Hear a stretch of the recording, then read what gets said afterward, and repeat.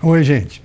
Eu sou o Wilson Curia e mais uma vez estou aqui com vocês agora para falar a respeito da Bossa Nova. Eu gostaria de começar a falar sobre a Bossa Nova, mas antes de entrar no aspecto técnico propriamente dito, eu gostaria de falar alguma coisa a respeito da origem da Bossa Nova, da palavra bossa. Então, bossa, na nossa língua, na nossa gíria, significa uma maneira especial, uma aptidão natural de fazer as coisas. Quando a gente diz aquele cara tem bossa, a gente quer dizer o cara sabe como fazê-lo. Ou, na realidade, ele tem jogo de cintura. Então, a bossa também seria uma espécie de coisa nova. Tudo que é novo, então, na época, era bossa nova, coisa nova. Então, como o movimento musical, na realidade, ele começou por volta de 1950. Quer dizer, não é possível se determinar uma data precisa sobre o início do movimento. Mas isso começou por volta de 1950, no Rio de Janeiro, e em que os músicos, os jovens compositores, instrumentistas, cantores, eles procuraram abrir novos caminhos para a música brasileira. Talvez já cansados com o samba mais quadrado, eles estavam tentando modernizar inconscientemente a música brasileira. E isso acontecia em geral nas residências, nos apartamentos, nos clubes, em que os músicos se reuniam e apresentavam as suas composições. E essas composições eles davam o nome de Samba Sessions. Na realidade, esses músicos todos que participaram do movimento eram apreciadores do jazz, cultivavam o jazz e curtiam o jazz. E nesta época, em São Paulo, um pianista de nome José Alfredo da Silva, conhecido como Johnny Alf, já tocava também um estilo de piano bastante diferente dos demais. Era bem moderno para a época dele. As harmonias eram sofisticadas, as progressões de acordes modernas, sons novos, muito parecidos com aquele do jazz. Os músicos, na realidade, costumavam ouvir o Johnny Alf e seguir o Johnny Alf. Eu fui um deles. Também seguia o Johnny Alf para ver, eu estudava piano na época. Então eu seguia o Johnny Alf para ver o que ele fazia, porque eu achava fantástico. Naquela época, aquele som era um som muito, muito moderno para a época. Johnny Alf tocou durante anos na noite de São Paulo. E foi realmente um grande compositor. E eu acredito, posso até afirmar que ele foi um dos pioneiros da Bossa Nova. Eu diria como precursores, eu colocaria o Dick Farney e Lúcio Alves, e o Johnny Alf como uma figura marcante.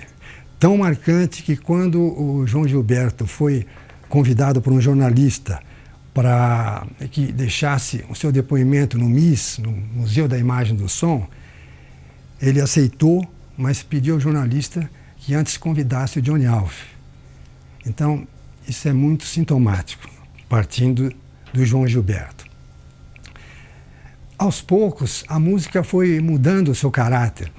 As progressões de acordes eram mais novas, as harmonias mais modernas, muito parecidas com aquelas do jazz, e na realidade ainda a introdução da improvisação na Bossa Nova. A primeira composição autêntica de Bossa Nova, pelo menos que eu tenho conhecimento, foi uma composição de Johnny Alf chamada Rapaz de Bem, que foi composta, se não me engano, por volta de 1953 e foi gravada pelo Johnny Alf em 55. Essa mesma composição, Rapaz de Bem, foi gravada pelo pianista Lalo Schifrin pianista argentino que tocou durante muitos anos com o quinteto do Dizzy Gillespie e foi gravada pelo Lalo Schifrin com o nome de Fellow Cat. Fellow Cat quer dizer amigo gato.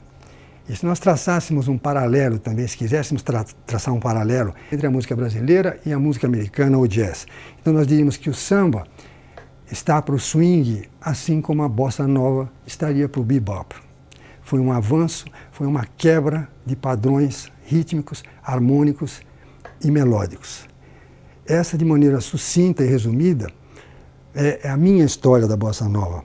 A maneira que eu vi, que eu assisti, que eu participei como ouvinte. E, lógico, é apenas um capítulo resumido, não é o propósito da minha aula, o propósito é ensinar algumas técnicas, algumas coisas a respeito da bossa nova. Mas a minha maneira de ver a bossa nova.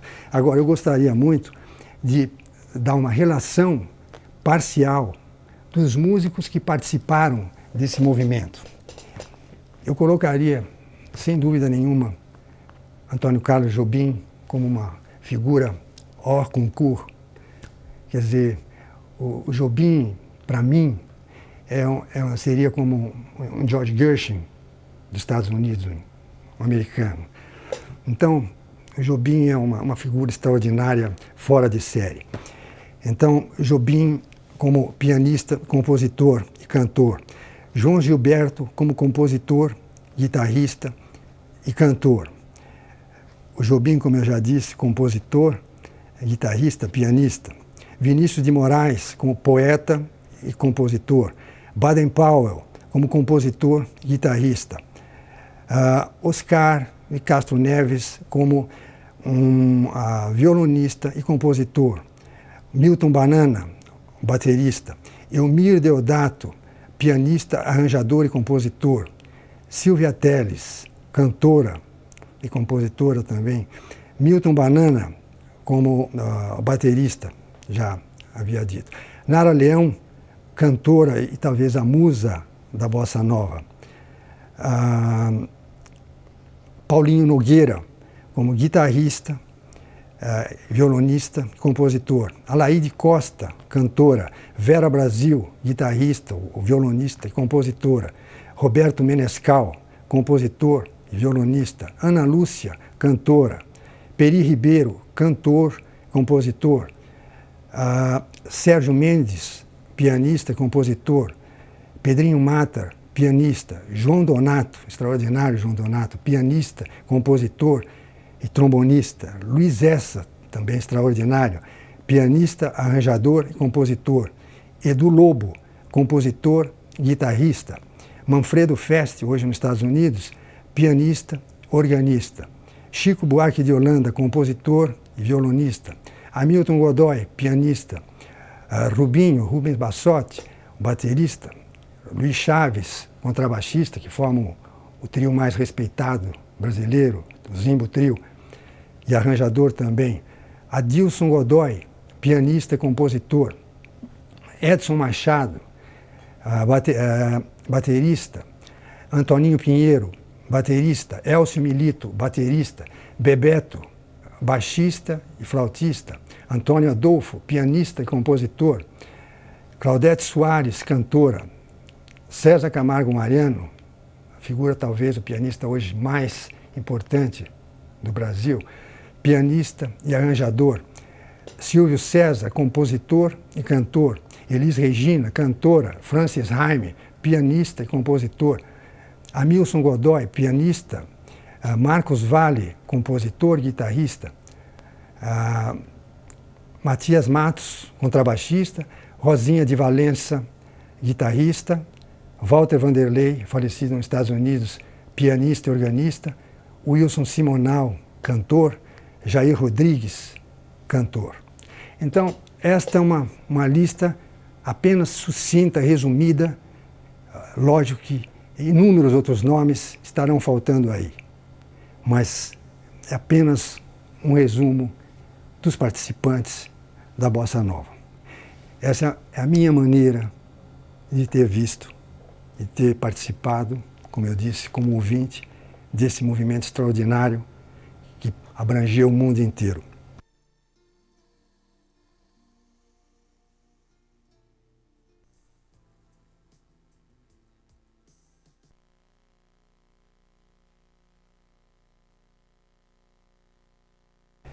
Eu gostaria então de iniciar a parte técnica da bossa nova propriamente dita, falando a respeito dos padrões rítmicos para a mão esquerda. Esses padrões rítmicos nada mais são que desenhos que foram tocados pela maioria dos pianistas brasileiros e que eu extraí das gravações esses padrões, esses desenhos e compilei para as minhas aulas. Então, o que eu vou fazer aqui exatamente é mostrar a vocês determinados padrões que são usados por todos os pianistas até hoje, desde o período da Bossa Nova até hoje, continua-se usando esses padrões, lógico que com determinadas modificações, dependendo da melodia. É muito importante, a melodia é fundamental. Então, ela que determina que tipo de padrão pode ser usado. Mas eu vou exemplificar aqui 14 ou 15 padrões rítmicos dos mais usados, sendo que o padrão número 1, o padrão número 1A e o padrão 2 são 3 padrões fundamentais que todos os pianistas usam. Isso não significa que todos os outros não deveriam ser estudados. Deveriam ser estudados para que vocês adquiram a pulsação, o beat da bossa nova. Fazendo esses exercícios para a mão esquerda, são padrões para a mão esquerda, vocês conseguem adquirir a pulsação, a sensação do ritmo da bossa nova. Eu vou fazer os padrões em cima de uma progressão chamada 1-6-2-5. Para quem já conhece a harmonia, sabe. Por exemplo, em Dó, 1 é o Dó, o 6 é o Lá, o 2 é o Ré e o 5 é o Sol. Então, em cima dessa progressão, eu vou fazer todos os desenhos sempre em cima da progressão 1.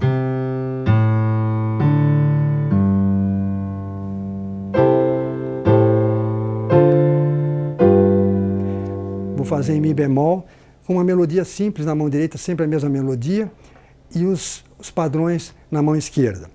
Sendo que eu vou tocar 8 compassos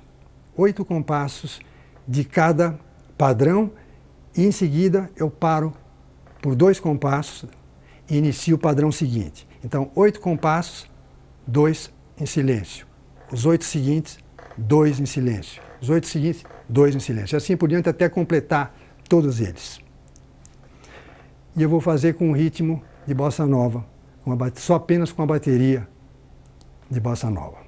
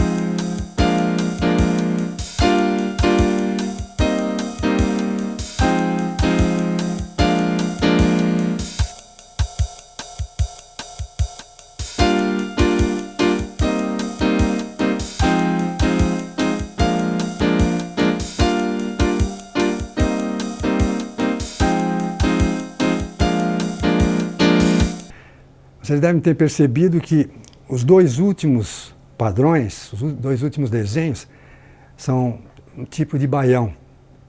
Mas eles foram usados pelo César Camargo Mariano na composição, na gravação dele de Samarina. Ele usou esse tipo de desenho, junto com o desenho característico dele, que também está ali e eu toquei para vocês. Agora, eu gostaria de dizer que esses padrões não devem ser executados numa composição o mesmo padrão durante o tempo todo. Eles podem e devem ser intercambiáveis. Quer dizer, a melodia que determina qual é o padrão que deve ser usado naquele determinado momento. Então, pode-se pegar dois compassos do exemplo 1 e misturar com um compasso do exemplo 3, com 3 compassos do exemplo 4. A melodia, ela vai determinar exatamente qual o tipo de mão esquerda mais adequada a essa melodia. Em geral, esses padrões são usados com as melodias mais rítmicas, mas com as composições mais lentas. Já o ritmo não é tão necessário, mas nas composições de tempo moderado para rápido, onde há muita síncope, então realmente esses padrões funcionam bem. A mão esquerda funciona. Eles podem ser tanto usados para solo piano, como para piano em grupo. Isso não significa que eles só servem para um tipo de piano, só para tocar em grupo, com baixo e bateria. Não, eles podem também ser usados também como solo piano, e funcionam bem.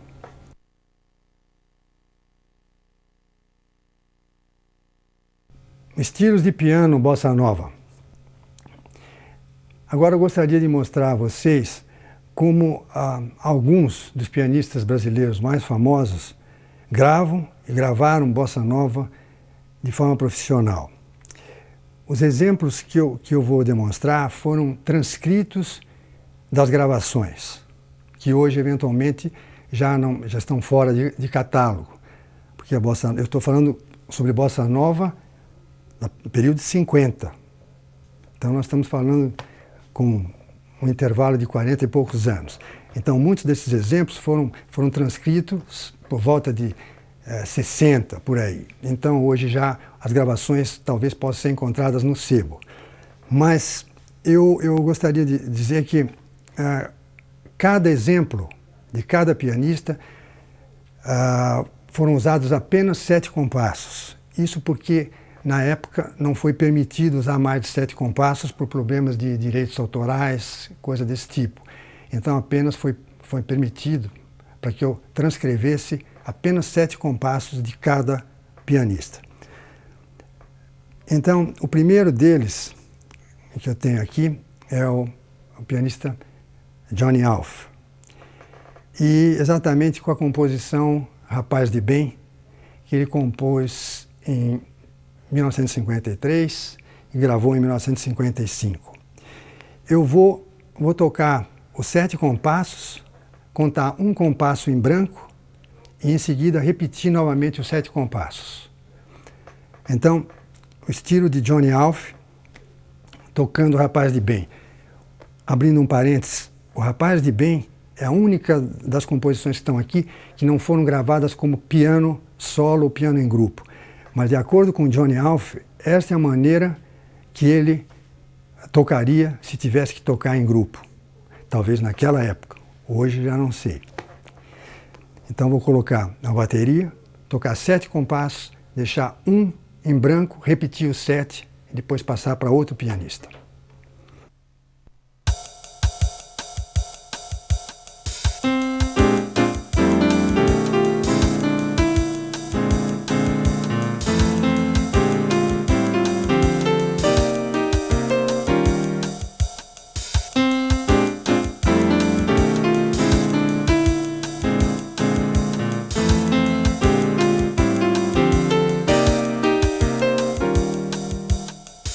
O pianista seguinte é o conhecido João Donato.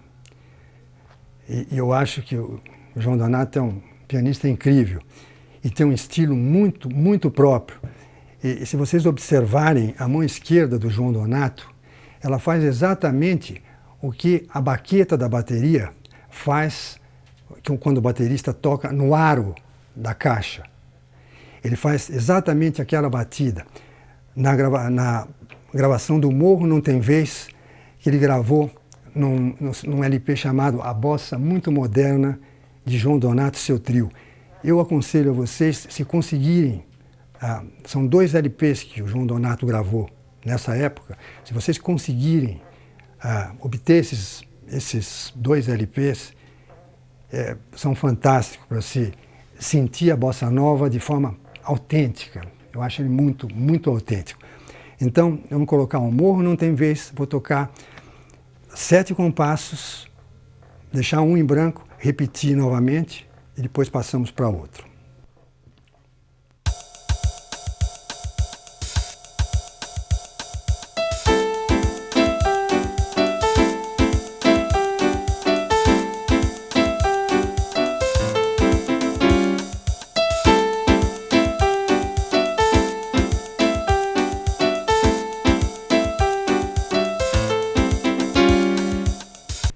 A seguir, o estilo do pianista Hamilton Godoy, família de músicos, irmão de Hamilton Godoy, extraordinário pianista do Zimbo Trio, e de Adilson Godoy, um grande compositor e pianista também.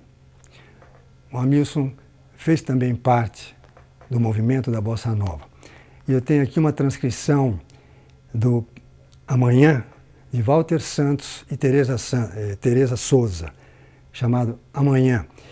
E me desculpem, mas a gravação anterior que eu toquei do João Donato, O Morro Não Tem Vez, é do nosso inesquecível Tom Jobim, Antônio Carlos Jobim.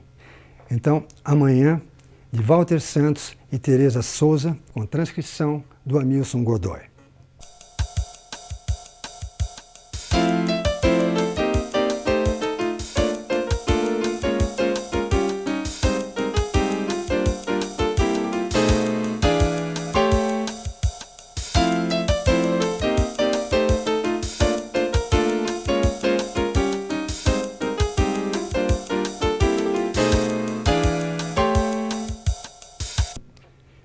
Eu diria ainda a respeito do Hamilton Godoy que tanto o Hamilton quanto o Hamilton e o Adilson são extraordinários pianistas de formação erudita, de formação clássica. Francisco Tenório Júnior, conhecido como Tenório Júnior, já falecido, ele foi um dos grandes pianistas brasileiros, extraordinário pianista brasileiro, muito moderno para a época dele. E ele tocou na Argentina, quando esteve na Argentina, ele tocou no Festival Internacional de Jazz, tocou com o sax alto Bud Shank. E faleceu, infelizmente, quando acompanhava o Vinícius de Moraes numa turnê pela Argentina. Eu tenho aqui uma transcrição dos 7 compassos de uma composição chamada Fim de Semana em Eldorado, de Johnny Alf, que está contida no LP Embalo, Tenório Júnior e o seu conjunto, um LP da RGE, já hoje nem existe mais. Então vamos fazer os 7 compassos e a repetição, um em branco, e em seguida mais uma repetição.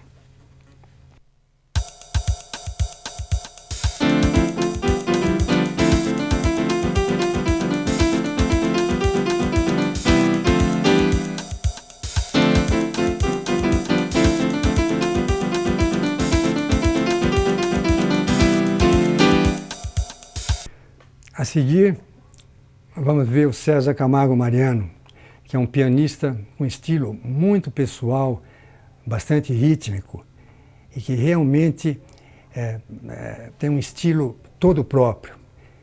Eu acredito muito que o César tenha amoldado o estilo do pianista americano Errol Garner, da qual ele foi um grande fã, e feito exatamente o que o Errol Garner fazia com a música americana, com a mão esquerda dele, que era uma mão esquerda batendo todos os tempos do compasso, exatamente o que o César faz com a bossa nova. Ele criou esse estilo, que realmente é fantástico, tem um balanço sensacional. Eu vou Essa gravação que eu vou mostrar a vocês é de Balanço Zona Sul, de Tito Madi, em que vocês observem que a mão esquerda desses pianistas e dos outros que eu toquei, inclusive do Tenório, vocês percebam que a mão esquerda está contida naqueles desenhos rítmicos, aqueles padrões rítmicos que eu mostrei no início. A mesma coisa o César. Nessa gravação de Balanço Zona Sul, ele faz exatamente, toca compassos em que aparece o padrão número 1.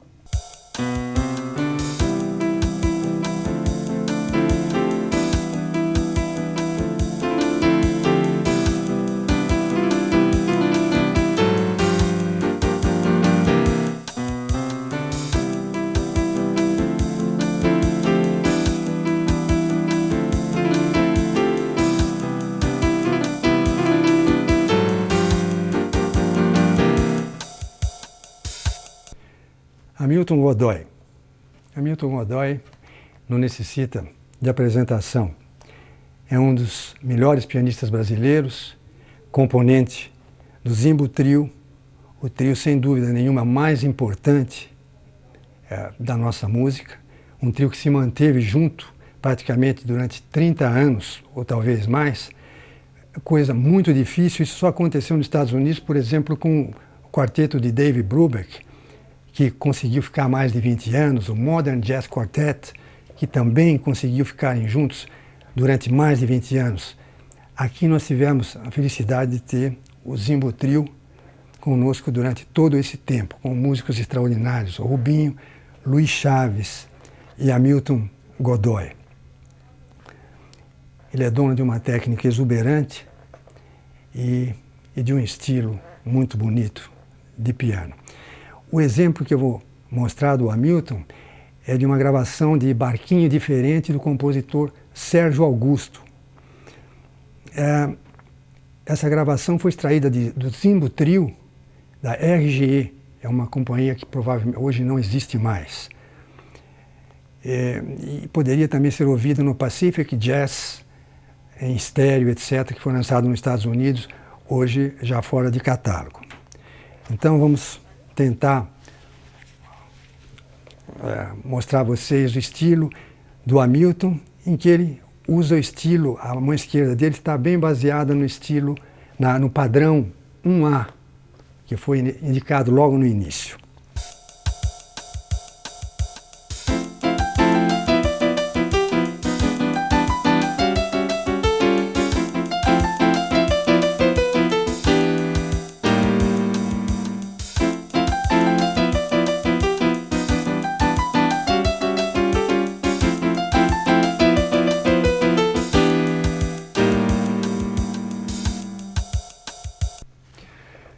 E, finalizando, eu gostaria de mostrar o estilo de piano do pianista Sérgio Mendes. Sem dúvida nenhuma, Antônio Carlos Jobim foi o nome mais importante da música brasileira, foi realmente quem colocou a música brasileira no exterior, nos Estados Unidos, na Europa, em todos os países do mundo, em qualquer lugar do mundo, todo mundo conhece Antônio Carlos Jobim. E não poderia ser de outra maneira. Mas eu não deixaria de colocar, por exemplo, o Sérgio Mendes, como João Gilberto, também como eventuais embaixadores da música brasileira no exterior. O Sérgio Mendes foi logo em 60, por volta de 60, ele saiu do Brasil, 60 ou 70, e foi para os Estados Unidos e nunca mais voltou, fazendo sempre música brasileira de bom nível, junto com o Brasil 65, depois Brasil 66 e vários grupos que ele montou e continua lá até hoje. Então, eu consideraria o Sérgio Mendes e também o João Gilberto, como não, como embaixadores da música brasileira nos Estados Unidos. O Sérgio Mendes tem um senso de equilíbrio e um senso de forma musical muito aguçado. As improvisações dele são muito equilibradas, são muito perfeitas. É tanto assim que o Horace Silver, um dos pianistas mais importantes americanos, pianista de jazz, quando entrava em contato comigo, me escrevia, ele perguntava a respeito do Sérgio Mendes, que ele chamava de Soul Brother, quer dizer, irmão de alma, porque o Sérgio tinha muito uma semelhança na forma de tocar do Horace Silver. Então, eu vou colocar uma transcrição de apenas 6 compassos do Sérgio Mendes, também usando em vários compassos, desses 6 compassos, 2 ou 3 compassos, usando o exemplo 1A dos padrões, de Garota de Ipanema, do nosso querido Antônio Carlos Jobim, do nosso Tom Jobim. Apenas 6 compassos, porque a partir do 6º compasso a banda continua. Então, ele só iniciou tocando 6 compassos. Em seguida, entra o conjunto, uma pequena banda que continua. Então, vamos ver como é que o Sérgio Mendes fez o Garota de Ipanema.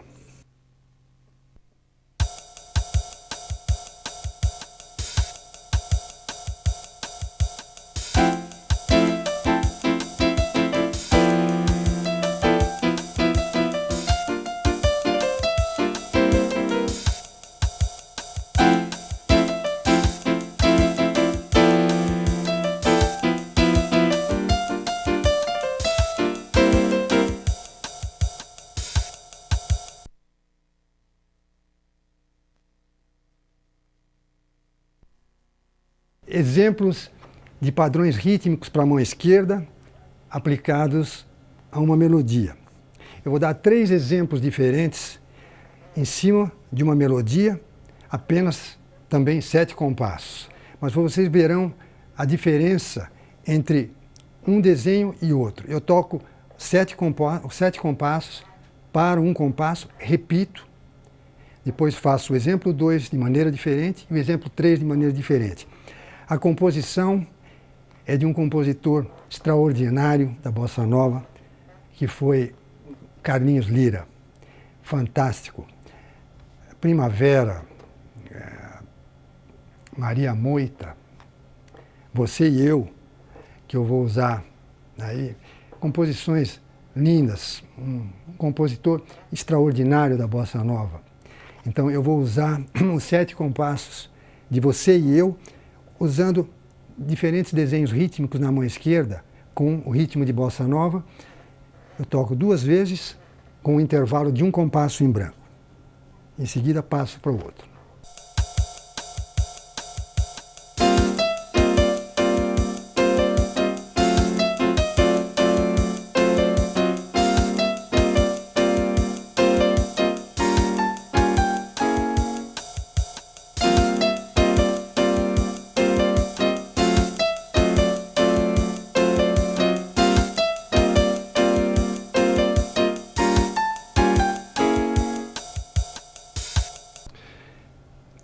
O segundo exemplo demonstra a aplicação do padrão rítmico número 1, que foi dado logo no início do vídeo. Vocês vão observar que é possível fazer padrões diferentes para a mesma melodia e funciona muito bem. Alguns funcionam melhor, outros nem tanto, mas todos cabem na mesma melodia. Então vamos ver um padrão, o segundo exemplo com o padrão 1.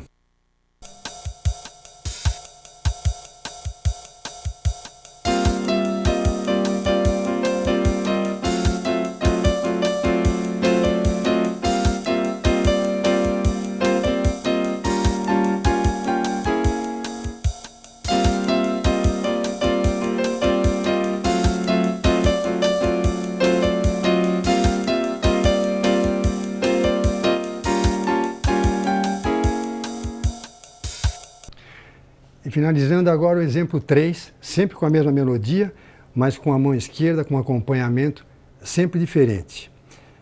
Então vamos ver.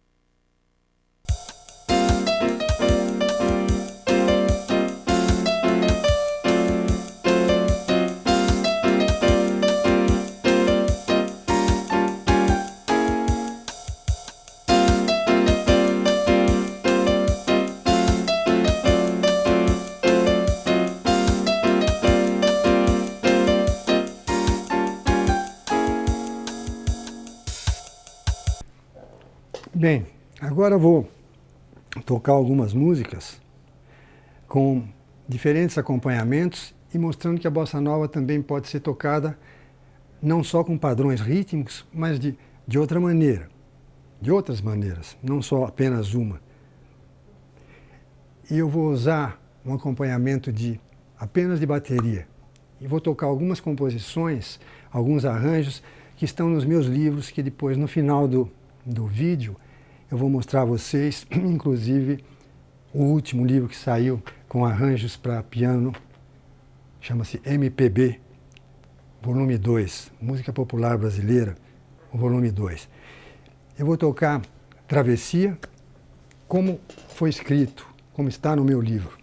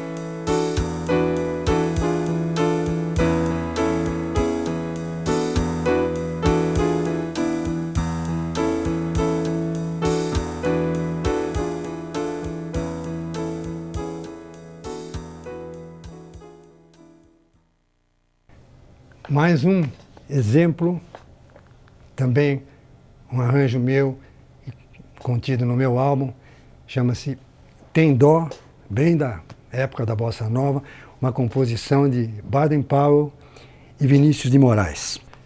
Eu vou tocar o tema 2 vezes, exatamente iguais, apenas repetido, porque é muito rápido.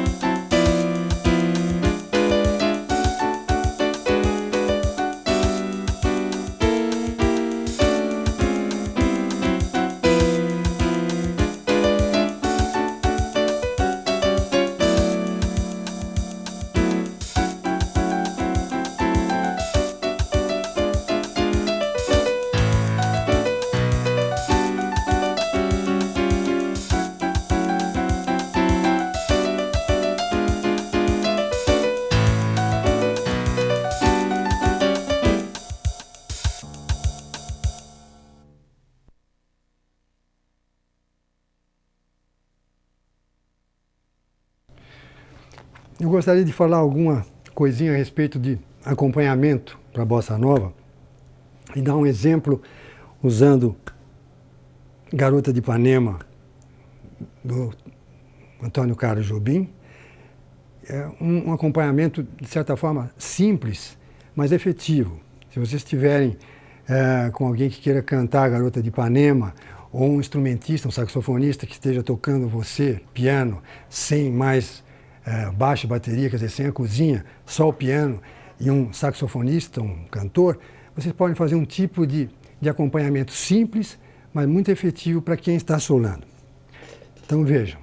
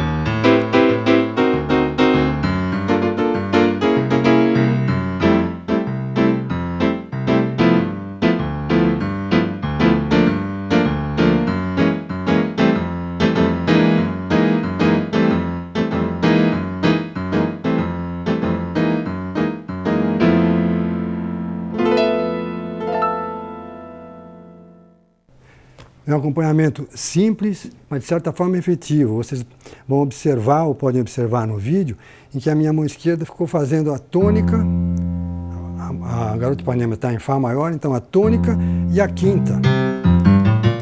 A tônica e quinta na mão esquerda, enquanto a direita pulsava, eventualmente com alguns desenhos ou padrões daqueles mostrados também no início do vídeo.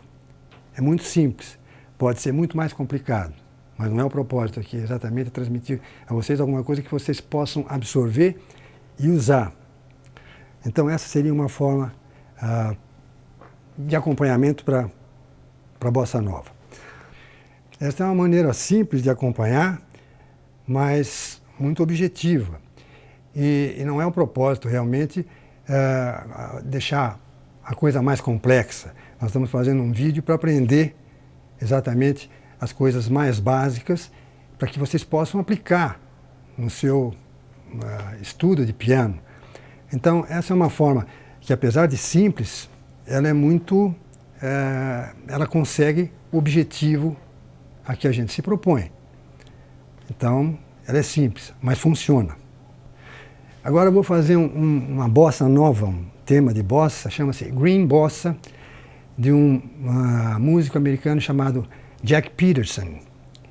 E é uma bossa nova em que tem espaços na melodia, quer dizer, notas longas, semibreves, etc. Então eu gostaria que vocês observassem como é possível também se acompanhar. No caso, ele faz o tema na guitarra com um grupo e eu entro com o piano, em que eu vou complementar eventualmente as coisas que eu achar que eu deva fazer. Os espaços que ele deixar, eu vou complementar. Essa é uma outra maneira também possível de acompanhar. E ao mesmo tempo também vou solar.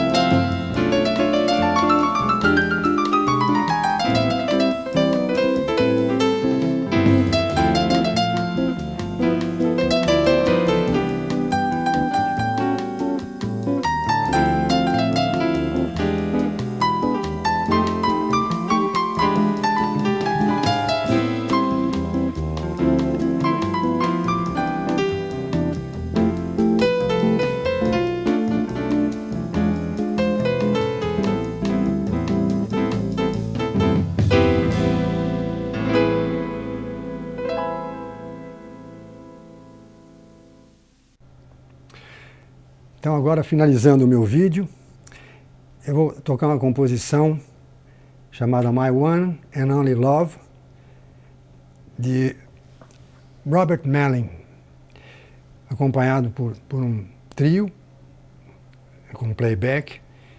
E eu gostaria que vocês observassem como a bossa nova e o jazz formam um casamento perfeito. E ao mesmo tempo aconselhar vocês a que ouçam música de todo tipo, brasileira, americana, grupos, pianistas, solistas, assistam concertos, participem, formem grupos, toquem em casa.